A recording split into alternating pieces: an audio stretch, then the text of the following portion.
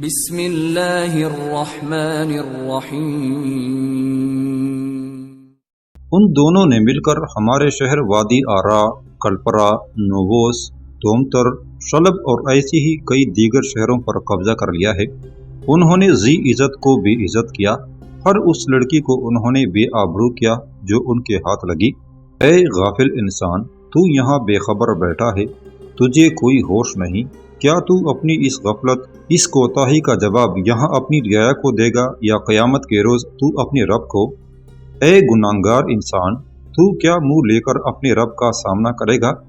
قاضی عدید بن اربان یہیں تک کہنے پایا تھا کہ یعقوب المنصور کا ایک سالار اٹھا۔ اپنی تلوار کے دستے پر ہاتھ لے جاتے ہوئے اس نے انتہائی غصے اور غضبناکی میں شلب کے قاضی کو مخاطب کر کے کہنا شروع کیا، تو گستاخ اور تیری زبان دراز ہے۔ کیا تو نہیں جانتا تو کس سے کن الفاظ میں مخاطب ہے؟ یاد رکھو تم۔ اس سالار کو رک جانا پڑا کیونکہ اس دوران مراکش کے قاضی القضاء ابو جعفر اٹھ کھڑی ہوئی اور اس سالار کی طرف دیکھتے ہوئے انتہائی غصے اور قہر کی حالت میں کہنا شروع کیا، تو احمق اور جاہل ہے، تجھے خبر نہیں کہ شلب کا یہ قاضی ایک فریادی کی حیثیت سے آیا ہے اور ایک فریادی کو ہر بات کہنے کی اجازت ہے۔ اب تک جو اس نے کہا ہے حق اور سچ ہے۔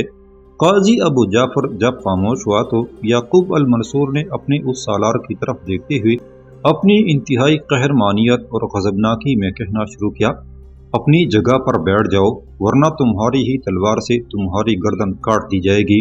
شلب کا قاضی ہر بات کہنے کا حق رکھتا ہے۔ الفانسو اور سینکو نے اگر ہمارے علاقوں میں تباہی کی آگ اور بربادی کا دھواں پھیلایا ہے تو ایسے سخت الفاظ تو کچھ بھی نہیں۔ خدا کی قسم، یہ قاضی اس امر کا حق بھی رکھتا ہے کہ ہمارے منہ پر تمانچے مار کر ہمیں غفلت کی نیند سے بیدار کرے۔ یہ اس بات کا بھی حق رکھتا ہے کہ یہ ہمارے لیے اس سے بھی سخت اور بدترین الفاظ استعمال کرے۔ تم بیٹھ جاؤ اور اس کو اپنی بات مکمل کرنے دو۔ وہ سالار شرمندہ اور خجل سا ہو کر بیٹھ گیا۔ شلب کے قاضی عدید نے پھر کہنا شروع کیا، الفانسو اور سینکو سرخ شولوں کے دشت اور کالی آندھیوں کی طرح مسلمان علاقوں میں داخل ہوئے۔ بڑے بڑے امراء اور معززین مسلمانوں کے گھروں میں چکی کے پاٹ باندھ کر انہوں نے انہیں دریا تاجہ میں پھینک دیا۔ ماں، بہنوں اور بیٹیوں کے سروں سے دوپٹے نوچ کر انہیں بے آبرو اور ذلیل کیا، اور وہ اپنے رب کے ساتھ ساتھ اے المنصور تجھے بھی مدد کے لیے پکارتی تھی، لیکن وحشی بیڑیوں کے سامنے کوئی ان کی فریاد سننے والا نہ تھا۔ اس وقت اسپین میں کچھ ٹیمپلر بھی موجود ہیں۔ وہ لوگ فلسطین جا کر اسلام کے عظیم سلطان صلاح الدین کے خلاف لڑنا چاہتے تھے۔ انہوں نے بھی الفانسو اور سینکو سے بڑھ کر مسلمانوں پر مظالم ڈھائے ہیں۔ المنصور، جنگ سے متاثر ہونے والے ہزاروں مسلمان بوڑھے، عورتیں اور بچے بطلیس کے مشرق میں جمع ہوئے تھے۔ الفانسو، ٹیمپلر اور سینکو کے کچھ لشکری چاہتے تھے کہ ان لٹے پٹے مسلمانوں پر حملہ آور ہو کر انہیں لوٹیں اور ان کی لڑکیوں کو اٹھا کر لے جائیں، لیکن بلا ہو بنو عمر کے سردار اور شلب کے قلعہ دار سریم بن طریق کا کہ اس نے حملہ آوروں سے مسلمانوں کے اس کاروان کو بچائے رکھا۔ قاضی عدید چند ثانیوں کے لیے رکا، پھر اس نے فریاد کرنے والی شہنائی جیسی پرجوش آواز میں کہنا شروع کیا، دشمن نے ہمارے رشتوں کی زنجیروں کو کاٹ دیا۔ وہ آسیب اور کانٹے دار جاڑیوں کی طرح مسلمانوں پر وارد ہوئے۔ کمال چالاکی اور دغا سے کام لے کر انہوں نے جہاں سوزی اور تباہ کاری کا کھیل کھیلا۔ شیروں کی آماجگاہ میں گیدڑ، عقابوں کے نشیمن میں گدھ اور بھیڑے کے بٹ میں لومڑیاں گھس آئی ہیں۔ کوئی تو ہو جو آخری تلوار اور نجات دہندہ بن کر اٹھے، دشمن سے مسلمانوں کے آنسوں اور ان کی خون کا حساب لے اور بجھے ستاروں کو ان کی روشنی واپس دلا دے۔ یہاں تک کہنے کے بعد شلب کے قاضی کی گردن جھک گئی تھی۔ اس کے بعد روتی ہوئی اس کی آواز سنائی دی تھی، کاش کوئی تقدیر کے ترکش کا تیر بن کر اٹھتا، مسلمانوں کے اونگتے ضمیر کو جھنجھوڑتا، ان کی کوتاہیوں کا کفارہ ادا کرتا، ان کی خستگی اور بے چارگی دور کرتا اور دفاع کا آخری بند باندھ کر ان کی حفاظت کرتا اور اپنی قوم اور ملت کی عظمت کو بحال کرتا۔ قاضی عدید رک گیا، پھر اس نے اپنا جھکا ہوا سر آہستہ آہستہ اوپر اٹھایا اور یعقوب المنصور کی طرف دیکھتے ہوئے سراپا التجا بن کر کہنے لگا، میں نے جو کچھ کہنا تھا کہہ چکا، اب میرے لیے جو بھی سزا تجویز کی جائے میں اس کے لیے حاضر ہوں۔ قاضی عدید جب خاموش ہوا تو قصر میں بیٹھا ہر شخص بڑی پریشانی اور فکر مندی سے کبھی قاضی عدید کبھی امیر یعقوب المنصور کی طرف دیکھنے لگا تھا۔ تھوڑی دیر تک ایسی ہی خاموشی اور چپ رہی۔ اس دوران امیر یعقوب المنصور کے چہرے پر بھی تفکرات کے آثار نمودار ہوتے رہے۔ پھر اس نے قاضی عدید کی طرف دیکھتے ہوئے بے چین شراروں کی خروش جیسی آواز میں کہنا شروع کیا، اے میری قوم کے موسن، ہم الفانسوں اور سینکوں کی آتش جنی اور خون ریزی کو روکیں گے جیسے ہم ماضی میں کرتے رہے ہیں۔ اگر وہ بار بار ہمارے علاقوں پر حملہ آور ہوتے ہیں تو بار بار ہم انہیں مار کر اپنے علاقوں سے دھتکاریں گے۔ جو تباہی کی آگ انہوں نے اندلس کے مسلمانوں کے لیے اکٹھی کی ہے، ان کا رخ ہم انہی کے علاقوں کی طرف موڑ دیں گے۔ اس الفانسو اور سینکوں نے صرف مسلمانوں کا رحم اور محبت دیکھی ہے، ان پاگل کتوں نے ہمارا غصہ اور انتقام نہیں دیکھا۔ واللہ ہم ان پر اپنے رب کا قہر اور وقت کی قضا بن کر نازل ہوں گے۔ المنصور تھوڑی دیر رکا، پھر اس نے اپنی پوری شد و مت سے کہنا شروع کیا، ہم اپنے لشکر کے ساتھ اندلس کے مسلمانوں کے لیے تاریخی افق پر امید کی کرن بن کر نمودار ہوں گے۔ دشمن کی ساری کجی درست کر دیں گے۔ ہم اپنی سلطنت کی بکری داستانوں کی اوراق جمع کریں گے اور الفانسو اور سینکوں پر ان کا یوم حساب بن کر نازل ہوں گے۔ میرے بزرگ، آپ بے فکر رہیں، ہم اندلس کے مسلمانوں کو بے رحم حالات کے حوالے نہیں کریں گے۔ سینکو اور الفانسو سے ہم ان کے شرر اور غضب اور اپنے بھائیوں کی آزادی اور ان کی خود مختاری کے تحفظ کی ہر سانس کی قیمت وصول کریں گے۔ ہم ان گمنام مجاہدوں کو بھی فراموش نہ کریں گے جنہوں نے مصیبت کے وقت ادھر ادھر بکھرتے اور دھکے کھاتے ہوئے مسلمانوں کی مدد کی۔ اس کے بعد امیر یعقوب المنصور خاموش ہو گیا، کچھ سوچا، اس کے بعد وہ اپنی جگہ پر کھڑا ہو گیا۔ پھر پہلے سے بھی زوردار انداز میں اس نے کہنا شروع کیا، عبداللہ میرے بیٹے، تم قاضی عدید کے قیام اور طعام کا عمدہ بندوبست کرو، ہم اپنے لشکر کے ساتھ کل یہاں سے کوچ کریں گے۔ قاضی عدید بھی ہمارے ساتھ روانہ ہوں گے۔ اس کے ساتھ ہی یعقوب المنصور مڑا اور قصر المجاز کے دوسرے حصے کی طرف چلا گیا تھا۔ امیر یعقوب المنصور نے اپنے لشکر کے ساتھ کوچ کیا۔ اس کوچ سے پہلے اس نے تیز رفتار قاصد احمد بن سعید اور قراقوش کی طرف روانہ کیے تھے اور انہیں پیغام بھیجا تھا کہ وہ جس حالت میں بھی ہوں اپنی بحری مہموں کو ترک کر کے فوراً اشبیلیہ کا رخ کریں۔ خود امیر یعقوب المنصور نے اندلس میں داخل ہونے کے بعد اشبیلیہ شہر کے باہر پڑاؤ کر لیا تھا۔ پڑاؤ کا مقصد اپنی لشکریوں کو آرام کرنے کا موقع فراہم کرنے کے ساتھ ساتھ احمد بن سعید اور قراقوش سے متعلق خبریں بھی حاصل کرنا تھا۔ ایک روز امیر یعقوب المنصور عشاء کے بعد اپنے خیمے میں آرام کے لیے جانے والا تھا کہ خیمے سے باہر ہی ایک محافظ اس کی خدمت میں حاضر ہوا اور کہنے لگا، امیر محترم، اندلس میں فتایا گر دستوں کے سربراہ شوبان آپ کی خدمت میں حاضر ہونا چاہتے ہیں۔ یعقوب المنصور فوراً بول پڑا، اسے اور دیگر سالاروں کو فوراً میرے خیمے میں بھیجو۔ وہ مسلح جوان وہاں سے ہٹ گیا۔ امیر یعقوب المنصور اپنے خیمے میں داخل ہوا، ایک نشست پر وہ بیٹھ گیا۔ تھوڑی دیر بعد اس خیمے میں امیر یعقوب المنصور کے لشکروں کا سالار ابو یحییٰ ابو بکر، یعقوب المنصور کا بیٹا عبداللہ، اس کا چچا عبد الرحمن بن یوسف اور اس کے ساتھ شوبان خیمے میں داخل ہوئے تھے۔ اپنی جگہ سے اٹھ کر یعقوب المنصور نے ان کا استقبال کیا اور نشستوں پر بیٹھنے کے لیے کہا۔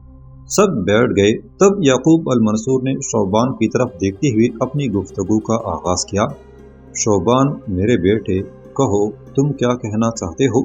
شوبان نے گلا صاف کیا، پھر خیمے میں اس کی آواز گونج گئی تھی، امیر محترم، میں چند انتہائی اہم خبریں آپ کے گوشے گزار کرنا چاہتا ہوں۔ پہلی خبر یہ ہے کہ الفانسو ایک بہت بڑے لشکر کے ساتھ الارب کے ان میدانوں کا رخ کر رہا ہے جس کے اطراف میں ویرانے ہیں، شاید اس میدان ہی کو رزم گاہ بنانا چاہتا ہے۔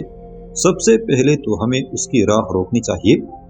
دوسری خبر جو میں آپ سے کہنا چاہتا ہوں وہ یہ کہ پرتگال کے بادشاہ سینکو نے بھی اپنا ایک بہت بڑا لشکر الفانسو کے حوالے کر دیا ہے۔ اس لشکر میں سینکو خود شامل نہیں ہے۔ الفانسو اور سینکو کے لشکر کے مل جانے سے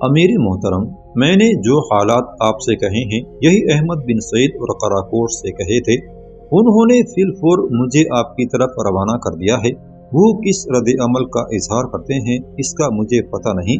میرے خیال میں ان دونوں میں کوئی آپ کی خدمت میں حاضر ہوگا اور آنے والی جنگ کے موضوع پر تفصیل کے ساتھ گفتگو کرے گا۔ میرا اندازہ ہے کہ احمد بن سعید خود آپ سے ملنے آئے گا اور قراقوش کو وہ کہیں محفوظ جگہ لشکر کے ساتھ رکھے گا۔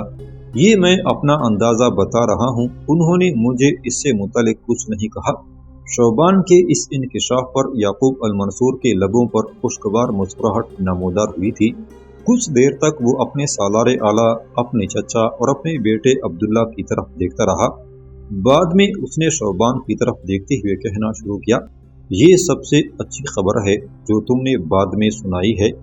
اب مجھے ایک طرح سے اطمینان ہے کہ مجھے اکیلے الفانسو اور سینکو سے نہیں نمٹنا۔ اگر دشمن کے اس لائے عمل سے احمد بن سعید اور قراقوش بھی آگاہ ہو چکے ہیں تو اب مجھے اطمینان ہے میں تینوں محاذوں پر بھی دشمن سے نمٹنے میں کامیاب ہو جاؤں گا۔ یعقوب المنصور کو یہاں تک کہتے کہتے رک جانا پڑا، اس لیے کہ اس کا وہی محافظ اندر آیا۔